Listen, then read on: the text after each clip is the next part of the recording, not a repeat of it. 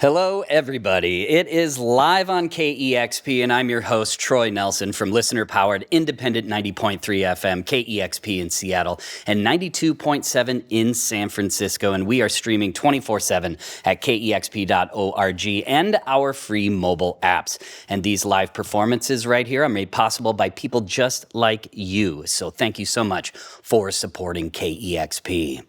I'm very happy to be in the KEXP live room today because we have this wonderful duo right here in the KEXP live room, and I'm talking about optometry. And if you both are ready, let's do this. Okay. Thank you. Thank you.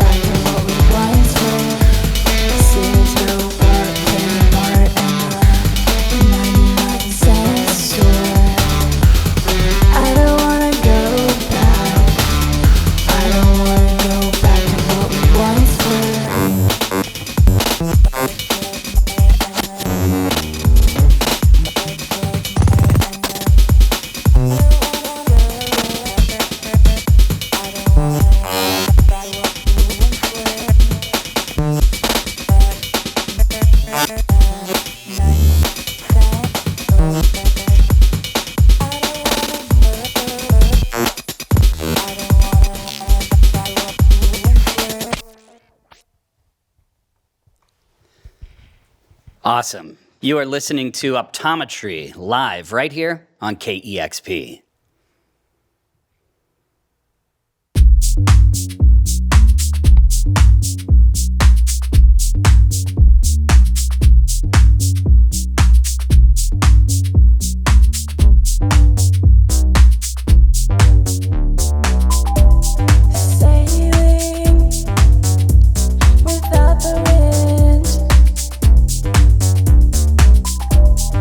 Drifting further from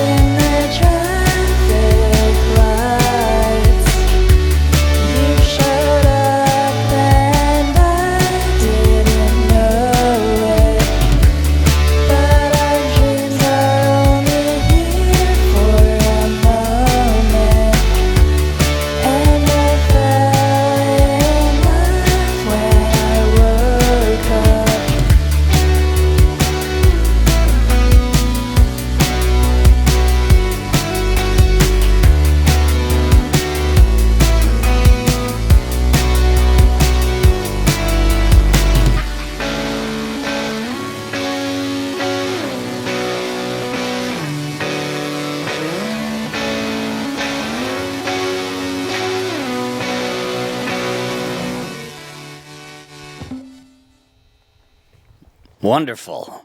You're listening to Optometry live right here on KEXP. Thank you both so much for taking the time to stop by the KEXP studios and share your wonderful sound with all of us. Oh, thanks so much for having us. Yes. Thank you. Absolutely. I would love to know, when it comes to the story, especially with duos, I always want to know, of course, how you met and how you work together, but I'm curious in your case, what role did Jimmy Tamborello play in you two meeting? I'm so curious. Well, I met him at this Leaving Records show, and we became friends, and he was helping me with my first EP that I put out of my solo music, and just giving me some mixing notes, and was like, oh, I know somebody who'd be really great at mastering this. And I already had somebody to master it, but then I ended up reaching out to John anyways, and then we became friends, and he heard the EP, and then we were like, oh, what if we made music together, basically. Wow. Yeah, Jimmy's been a very good, one of my best friends for ages. We worked on some of the figurine stuff, and we did an EP together. And yeah, March, he put us together, and I was pushing March's music on a local label who was doing some custom work, and they were like, why don't you do a track with March? So this was like a custom little, hustle side thing, and we did that, and then it was like, let's make a real song, and then it was like, do you want to make an album? Do you want to play a show? And it just kept going and going, so. Yeah, I heard you once, John, talk about something that I am not familiar with. What are custom library cues? Oh, I think just sort of production music, sort of stuff that's easily licensable. So I used to do a bunch of that stuff kind of early on, kind of day job stuff. But yeah, there was a company that was asking me to do some artist-based ones, so they're not like anonymous. And they actually had the idea to put us together because I kept pushing March's music on them. So that's so cool. Here we are. I think it would have happened anyway, but I love that. I love that. And so when you're recording, you're using all of this really cool gear, like you have the Prophet 5 and you have one of those Percons HD01s. That's right. And then some glitchy lo-fi pedals like Chase Bliss and Fairfield, which are the sonic recipe for the group sound. But can you tell me what the difference is between how you two crafted songs in the beginnings and how you approach crafting the songs today? Yeah. March? Okay. Well, in the beginning, it was more remote. So John would send me a track that he had been working on, some beats and some synths or guitars, and then I would write the vocals over top of that. And that was kind of the first record that we made. And then the second record was in person, and we were both on the gear, making the songs real time, and usually finishing the whole thing in like a day. And so it was fun to kind of, I guess we had this philosophy of like, oh, one take is the best take. Like, let's just do it all in one take. Like, let's try to do the drums all in one take, and then like the vocals all in one take, versus like cutting it up into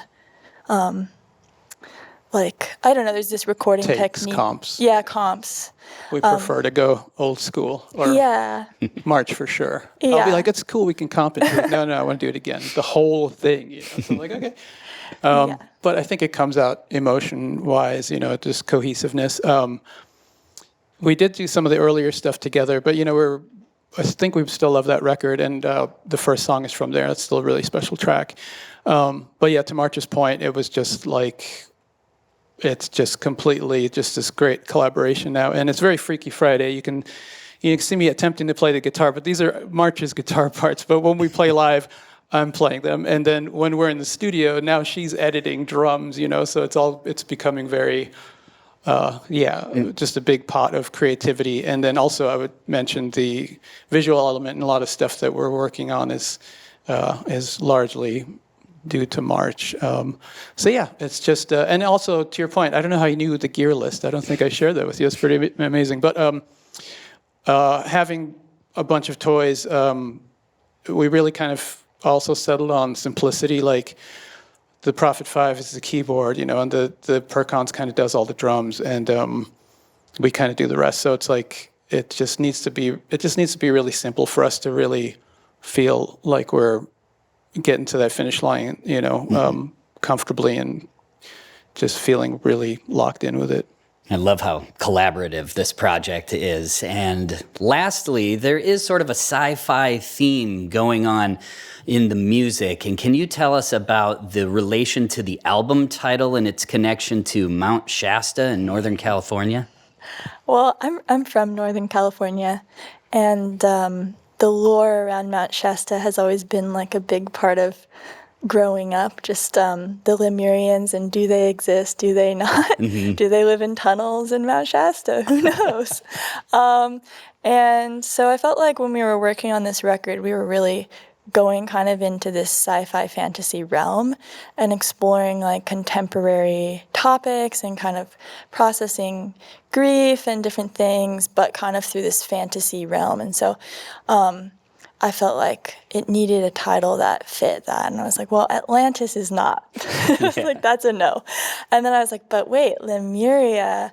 And Mount Shasta has always been like a very significant place to me. And I feel like mountains in general are like this place that's like away from the world and away, like it's isolated and it's hard to get to the top of it. And I think that the record is kind of cryptic in some ways too. It's not like it's just easy to access or something.